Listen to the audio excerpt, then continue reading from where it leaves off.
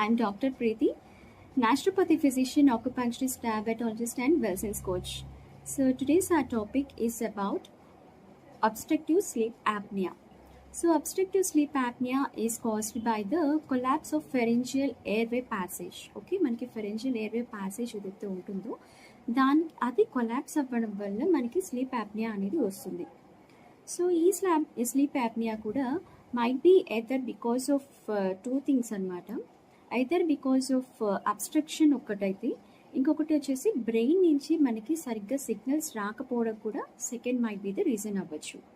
So ఇది అడల్ట్స్లోనే కాదండి, recent డేస్లో మనకి యంగ్ ఏజ్లో ఉన్న వాళ్ళతో కూడా మనం చూస్తున్నాం, నాట్ ఓన్లీ అడల్ట్స్. ఓకేనా? సో ఎందుకు ఇది వస్తుంది అని అంటే, ఇది కూడా మనం టూ థింగ్స్గా మనం డివైడ్ చేసుకోవచ్చు. One is peripheral and central. So peripheral అంటే మనకి మోస్ట్లీ అందరూ చెప్పేది స్నోరింగ్ ఉంటుంది అని చెప్పి. సో ఈ స్నోరింగ్ అనేది ఎందుకు వస్తుంది అనేది కూడా మనం చూడాల్సి ఉంటుంది.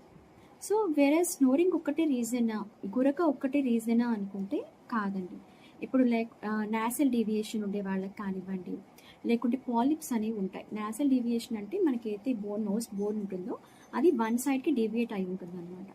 ఆరెల్స్ లేదు అనుకుంటే మనకి పాలిప్స్ అనేవి ఉంటాయి అన్నమాట. సో అవి రీజన్ అవ్వచ్చు. ఆరెల్స్ టాన్సిల్స్ అనేవి రీజన్ అవ్వచ్చు.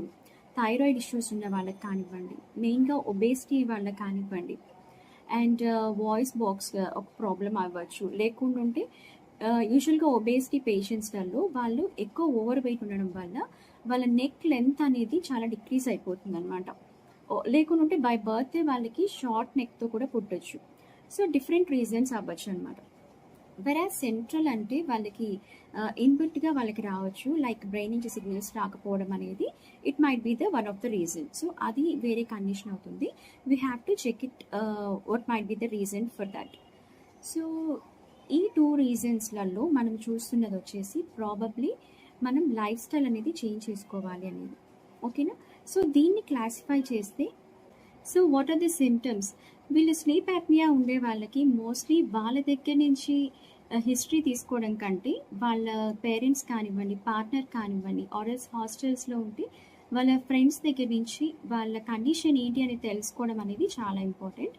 సో ఈ స్లీప్ యాప్నియాలో వాళ్ళకు ఉండే సిమ్టమ్స్ ఏమేమి ఉంటాయంటే, kind of like during nights and day time రెండిటిగా మనం డిఫర్ చేయాల్సి ఉంటుంది. డిఫరెన్షియేట్ చేసి దాని సిమ్టమ్స్ని బట్టి మనం రూల్ అవుట్ చేయాల్సి ఉంటుంది.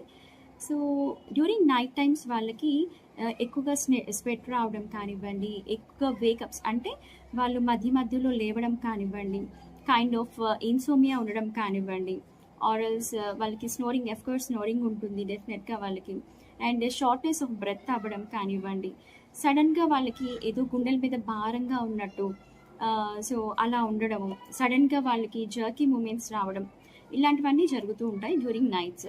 అండ్ వాళ్ళకి ఇట్లా ఉన్న వాళ్ళకి ఏంటంటే మౌత్ అంతా డ్రై అయిపోవడము, సో ఇలాంటివన్నీ చూస్తూ ఉంటాం అనమాట. సో థ్రోట్ ఇన్ఫెక్షన్స్ రావడం కానివ్వండి, ఇలాంటివన్నీ కామన్గా చూస్తూ ఉంటాం. సో వెరస్ డే టైంలో చూస్తే వాళ్ళకి రెస్ట్లెస్నెస్ అనిపించడము, ఫటీగ్ ఉండడము, ఫ్రీక్వెంట్గా హెడేక్స్ రావడము, అండ్ కాన్సన్ట్రేట్ చేయలేకపోవడము, సో కైండ్ ఆఫ్ గిడినెస్ ఎక్కువ ఉండడము, సో వాళ్ళకి కైండ్ ఆఫ్ ఐస్ అన్నీ కూడా రెడ్డిష్గా మారడము, సో ఇట్లాంటి కైండ్ ఆఫ్ సిమ్టమ్స్ అన్నీ మనం చూస్తూ ఉంటాం అన్నమాట డ్యూరింగ్ డే టైం. సో ఇలాంటి సిమ్టమ్స్ ఉన్న వాళ్ళకి ఫిజియలాజికల్గా అండ్ మెంటల్గా కూడా వాళ్ళకి కొంత కైండ్ ఆఫ్ డిస్టర్బెన్సెస్ అనేవి ఉండడం వల్ల వాళ్ళకి ఎక్కువ స్ట్రెస్లో కూడా ఇరిటేషన్గా ఉంటుందన్నమాట.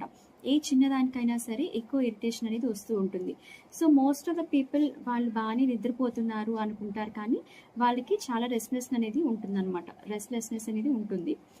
సో వాళ్ళు చిన్న వాటికి కూడా ఇరిటేషన్ అవ్వడము, అండ్ ఏది కూడా దేని మీద కూడా కాన్సన్ట్రేట్ చేయలేకపోవడం, మోస్ట్లీ మేల్స్లో అయితే ఇంపార్టెన్సీ చూడడానికి కూడా వన్ ఆఫ్ ద రీజన్ అవుతుంది. వై? బికాస్ స్లీప్ అనేది చాలా ఇంపార్టెంట్ బోత్ మేల్ అండ్ ఫిమేల్లో. అండ్ ఈ స్లీప్ డిజార్డర్స్ ఎప్పుడైతే వస్తాయో, ఈ స్లీప్ డిజార్డర్స్ వల్ల ఎక్కువ ప్రామినెంట్గా ఎక్కువ మనం ఇతర కైండ్ ఆఫ్ ఇష్యూస్ని కూడా మనం చూస్తూ ఉంటాం. సో ఇలా స్లీప్ యాప్నియా ఉన్న వాళ్ళకి ఎటువంటి కైండ్ ఆఫ్ కాంప్లికేషన్స్ అనేవి వస్తాయనేది చూస్తే, బేసికల్గా వాళ్ళకి పారాలసిస్ రావడం కానివ్వండి, స్ట్రోక్ ఉండడం కానివ్వండి, బ్లడ్ విజన్ రావడం కానివ్వండి, రీనల్ ఇన్ఫెక్షన్స్ కానివ్వండి, రీనల్ ఇష్యూస్ వాళ్ళకి క్రియేట్ అవ్వడం జరుగుతుంది. అండ్ బ్లర్డ్ విజన్ ఉంటుందన్నమాట. అండ్ హైపర్ టెన్షన్ రావడం కానివ్వండి, అండ్ ఈవెన్ స్లీప్లెస్నెస్ని కూడా వాళ్ళు ఓవర్ ఈట్ చేయడం వల్ల ఒబేసిటీ రావడం కానివ్వండి, ఇలాంటి కైండ్ ఆఫ్ కాంప్లికేషన్స్ అన్ని చూస్తూ ఉంటాం బేసికల్గా. సో మనం దీన్ని స్లీప్ యాప్నియాని ఎలా డయాగ్నోస్ చేస్తాము అని అంటే హవర్లీ బేస్ మీద, అంటే average hourly base of apnoea మనం చూస్తామన్నమాట. లైక్ దీన్ని కూడా మెజరింగ్ అనేది ఉంటుందండి. లైక్ ఏహెచ్ఐ అంటామన్నమాట, యాప్నియా హైపోప్నియా ఇండెక్స్ అంటాము.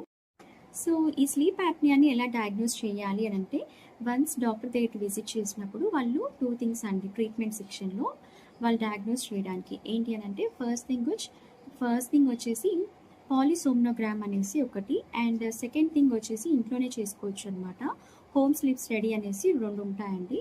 దీంట్లో 12 పారామీటర్స్ని వాళ్ళు చూసుకుంటూ వాళ్ళు డయాగ్నోస్ చేస్తారనమాట. సో అండ్ దీంట్లో వచ్చేసేసి హవర్లీ బేసిస్ అండ్ సివియారిటీ, అంటే ఒక 1 అవర్లో ఎంత సివియారిటీ ఆఫ్ యాప్నియా ఉంది అన్న దాన్ని బట్టి ఉంటుంది. This is also kind of like middle and I mean like mild, moderate and severity అనేది ఉంటుందన్నమాట. సో దీంట్లో వచ్చేసి 5 అనేది బేసిక్ థింగ్. సో 5 to 15 అనేది మైల్డ్ అయితే 15 to 13 అనేది మోడరేట్ అనమాట, అండ్ బియాండ్ 30 వచ్చేసి సివియర్గా ఉంది అని చెప్తాం మనం.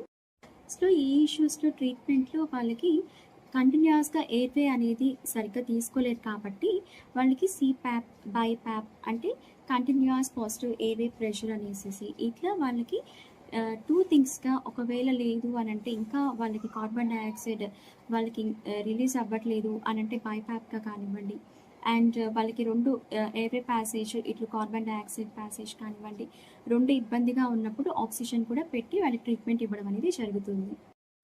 సో ట్రీట్మెంట్ సెక్షన్కి వచ్చినప్పుడు నాట్ ఓన్లీ మెడికల్ ఒక్కటే కాదండి, మెడిసిన్ తీసుకోవడం ఒక్కటే కాకుండా మన లైఫ్ స్టైల్ చేంజెస్ తీసుకోవడం వల్ల కూడా మనం ఈ స్లీప్ యాప్నియా నుంచి మనం బయటపడవచ్చు.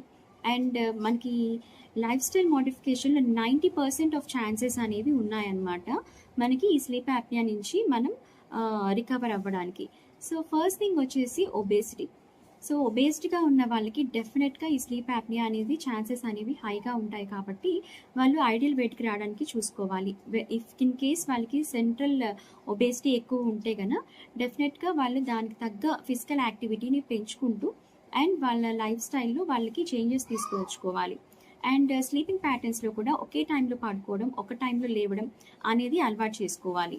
అండ్ వాళ్ళకి స్మోకింగ్, ఆల్కహాల్ కైండ్ ఆఫ్ అలవాట్లు ఉంటే డెఫినెట్గా అవి తగ్గించుకోవాలి, ఆర్ఎల్స్ వీలైతే మానేయడానికి చూడాలి. అండ్ థైరాయిడ్ ఇష్యూస్ ఉన్న వాళ్ళు థైరాయిడ్ని కంట్రోల్ చేసుకోవడానికి వాళ్ళు ఐడియల్ వెయిట్ మెయింటైన్ చేయడం కానివ్వండి, అండ్ వాళ్ళు తీసుకునే మెడిసిన్స్ రెగ్యులర్గా తీసుకోవడం కానివ్వండి, అండ్ వాళ్ళకి సరైన న్యూట్రిషన్ బ్యాలెన్స్ చేసుకోవడం కానివ్వండి చేయాలి.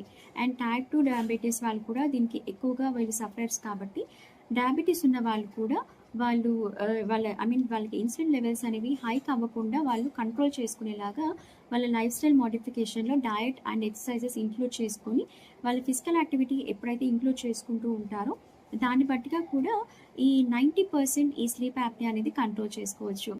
సో ఇలాంటి చేంజెస్ అన్నీ తీసుకొని మీ హ్యాపీగా మీరు లైఫ్ని లీడ్ చేయొచ్చు. స్లీప్ యాప్నియా అనేది దాన్ని పెద్ద ఒక డిజార్డర్ కింద చూడాల్సిన అవసరం కూడా లేదు. మన లైఫ్ స్టైల్ చేంజెస్ ఎప్పుడైతే చేసుకుంటామో డెఫినెట్గా దీనికి క్యూరేటివ్ కూడా ఉంది కాబట్టి మనం ఈ చేంజెస్ తీసుకొని మనం హ్యాపీగా ఉండొచ్చు. So hope this helps. So మీకు ఇంకా ఏమైనా డౌట్స్ ఉంటే కనుక డెఫినెట్గా మీ కోచెస్ని గెట్ బ్యాక్ అవ్వండి. So thanks for this opportunity. Back to the host.